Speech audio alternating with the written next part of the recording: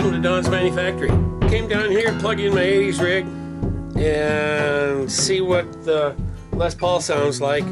However, things did not go as planned. So, well, let's start off with a time lapse of the setup and everything, but you'll get the idea when you see it.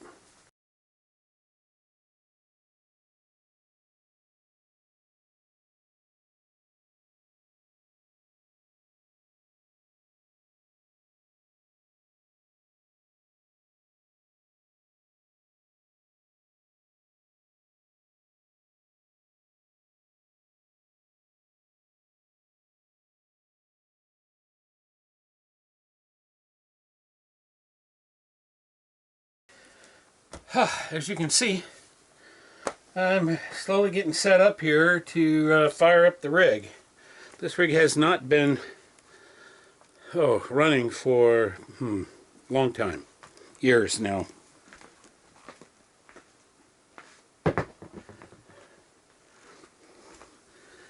That's not to say that I wasn't on a tone quest, which I was. Trying to just sort of get my sound dialed in. I was working with my friend Doug, and of course he passed away, and then I just stopped.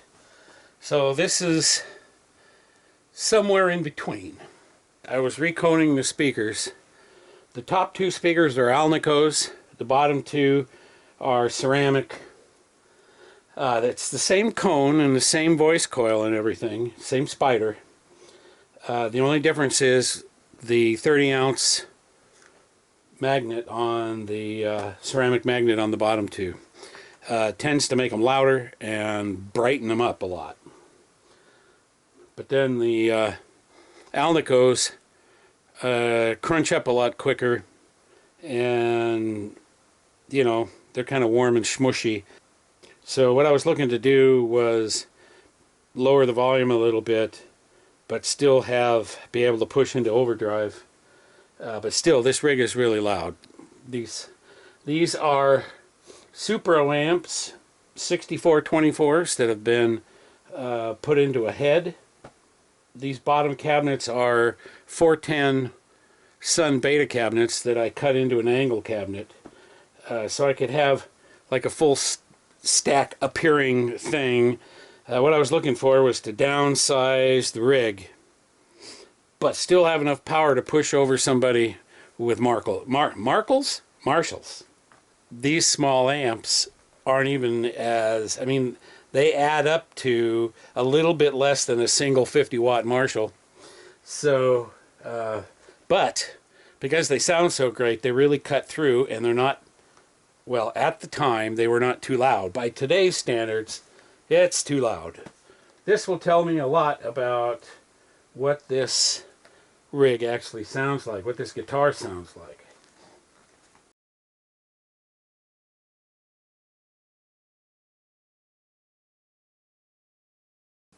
Like so. That would be my standard 80's rig setup. Let's do a couple more things here. Okay, let's see what happens here. Okay, are the cabinets plugged in? Yep, cabinets are plugged in. Let's get rid of the stuff here.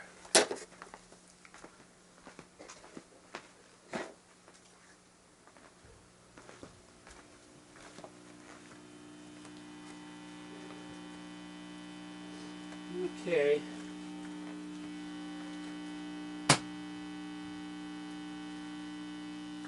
Wow.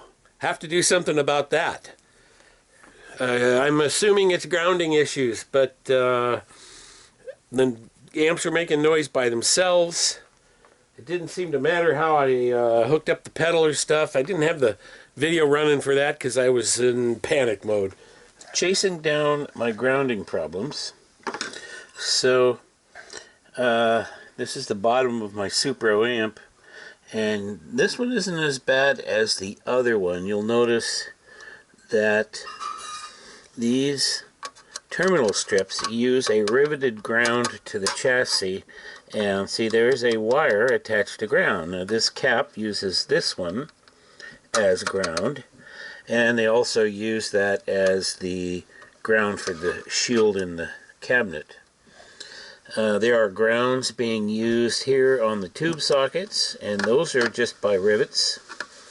So those two are really important grounds, because the ground for the can cap gets its ground from that riveted bracket.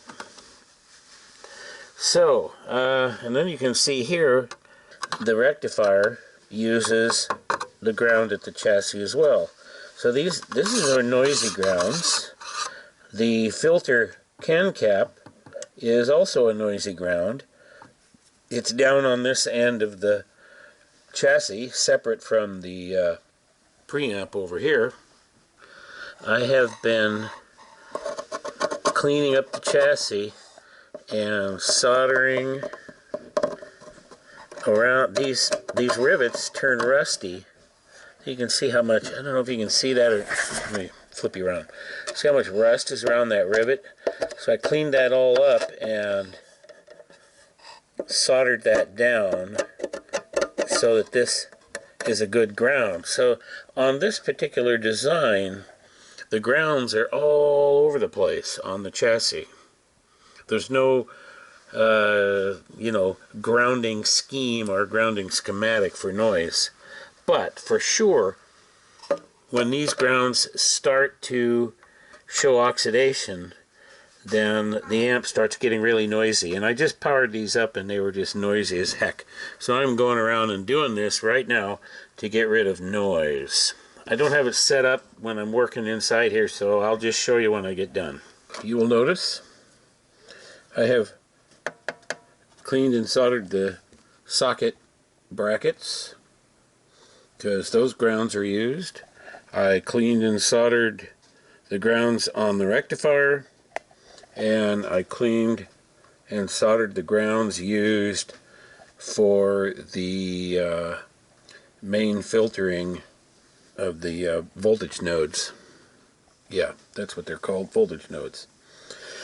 So I should have a I should have a better ground here at the can cap, and the noisiest ground in the whole amp, which is this one here that comes out of the center tap of the transformer, ties right here to that ground, and then also has the chassis ground that goes through the cord. Now, one thing I wanted to show here is this crazy wiring that I have. Now, Lyle would give me a really hard time because I'm switching the neutral, and that is because that's the way the amp was originally, and I just mistakenly did it that way. I should have switched the hot wire, but I didn't. So there you have it. That's something that I will fix at a later date. Right now, I want to get this amp up and running so I can test the guitar. So there's a main power switch here. So what you'll notice here is that it's a two-position switch. So the neutral comes in here, and then you flip the switch one way, it makes this connection, and the amp turns on. You flip it the other way, it connects here, and the amp turns on. But you'll notice that the ground is also switching. So when the switch is down, these two are connected, and the chassis is grounded through the three-prong plug. When you flip this switch up, it turns on the power, but it lifts the ground. And then the death cap, as they say, right here, can be switched from one leg to the other. And I did this because on the road, I could never tell where or how a club had its power wired. And I wanted these amps to be quiet, and I didn't want to get bolted when I put my lips to the microphone. So the way to do that was have all of these switching power options on both of these amps so that I could lift the ground, which was probably not working anyway, but I would switch it so it's lifted, and then I could use the cap to give me my ground reference for chassis to quiet the amp down. And anyway, this worked a treat. As time went on, some of the clubs got better, but I have to tell you that there were times when I would plug in my little power checker, this thing right here. You can see all the wiring, all the writing has faded off of the thing. I've been using it for so many years, but it has an X for wired backwards, an O for power, and a K for ground. So if it says OK, then everything's hunky-dory. And I plug this into every plug I use when I get to a club before any gear gets plugged in.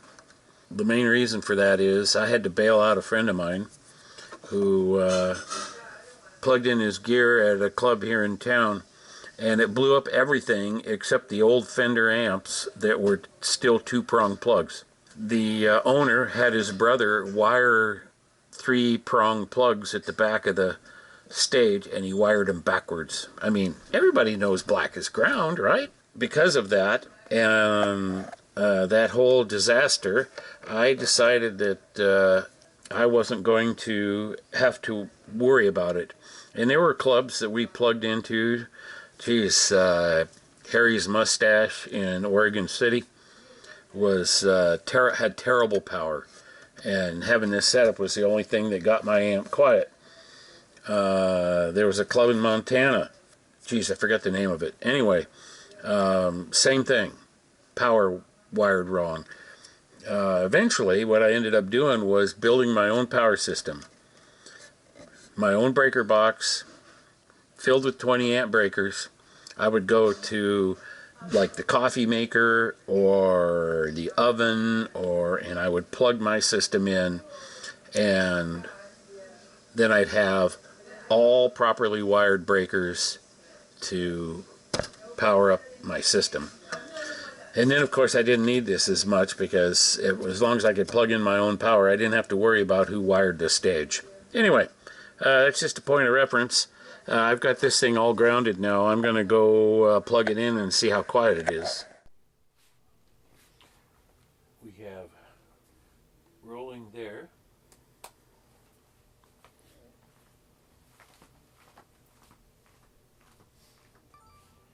There's rolling there.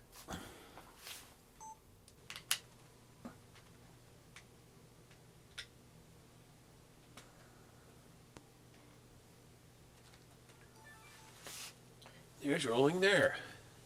I think we're rolling. Yep, we have red lights everywhere. Woohoo! It is another day. I have finished modding the amplifiers. So now it's time for the big test.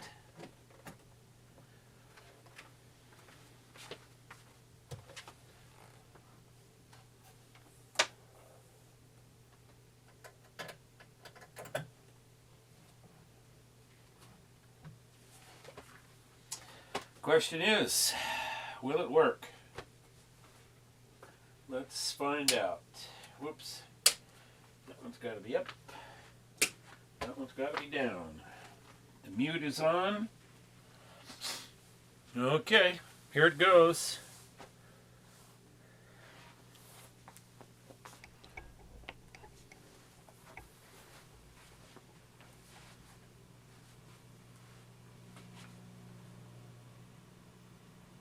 Wow.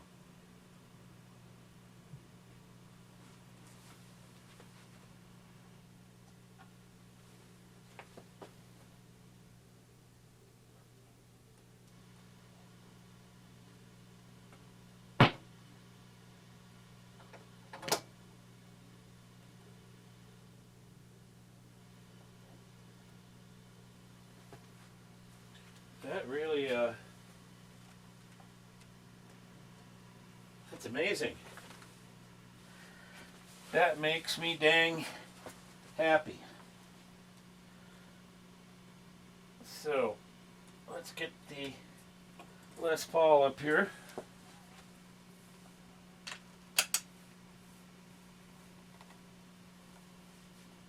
Well, is it? There it is.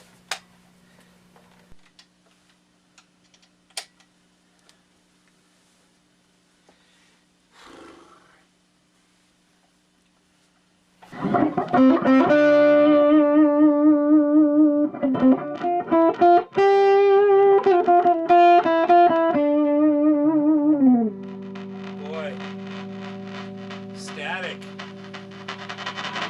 I have got to figure out what to do about that. I get it all fixed and then it's back.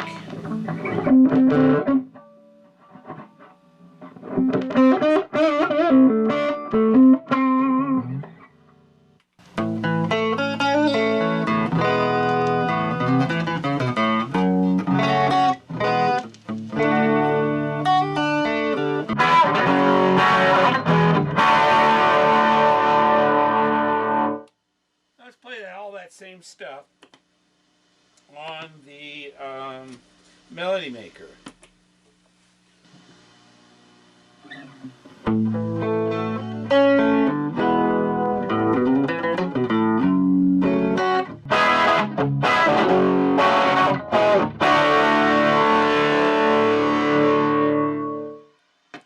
Okay, that's enough making noise.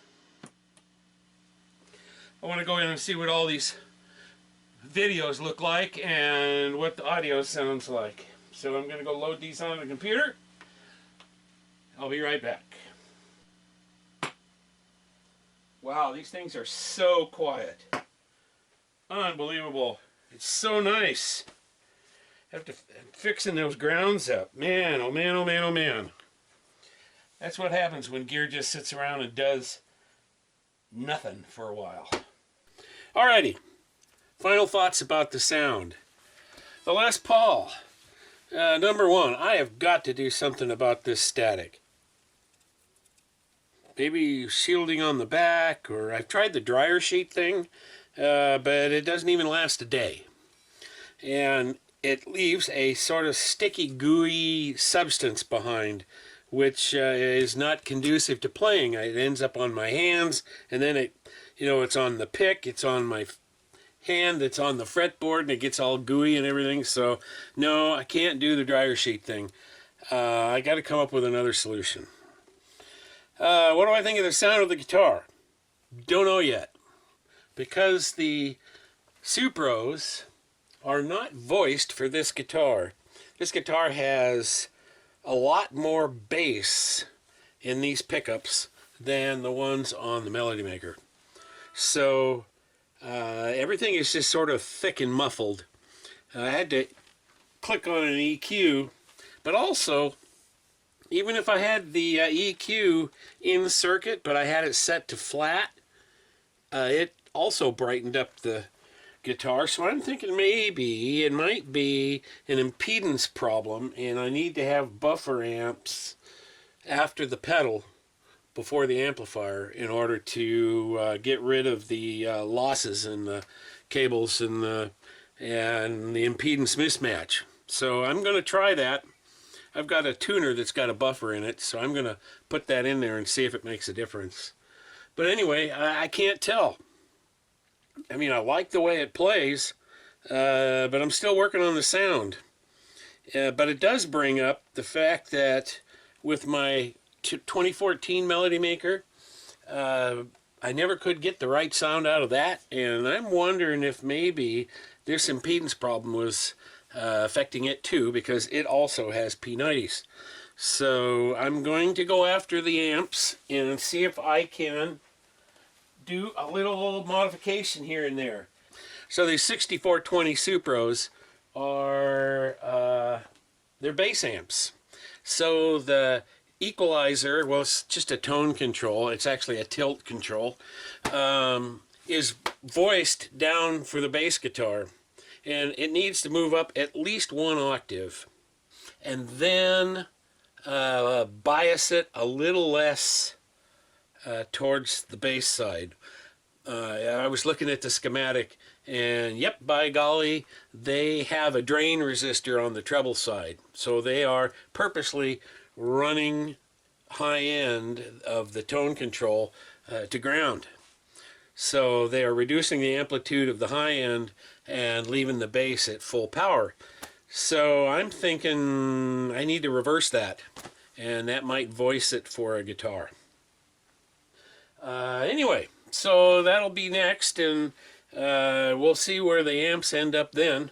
I do like the idea that fixing up them grounds quieted these amps down. This one over here's got a little more hum than that one.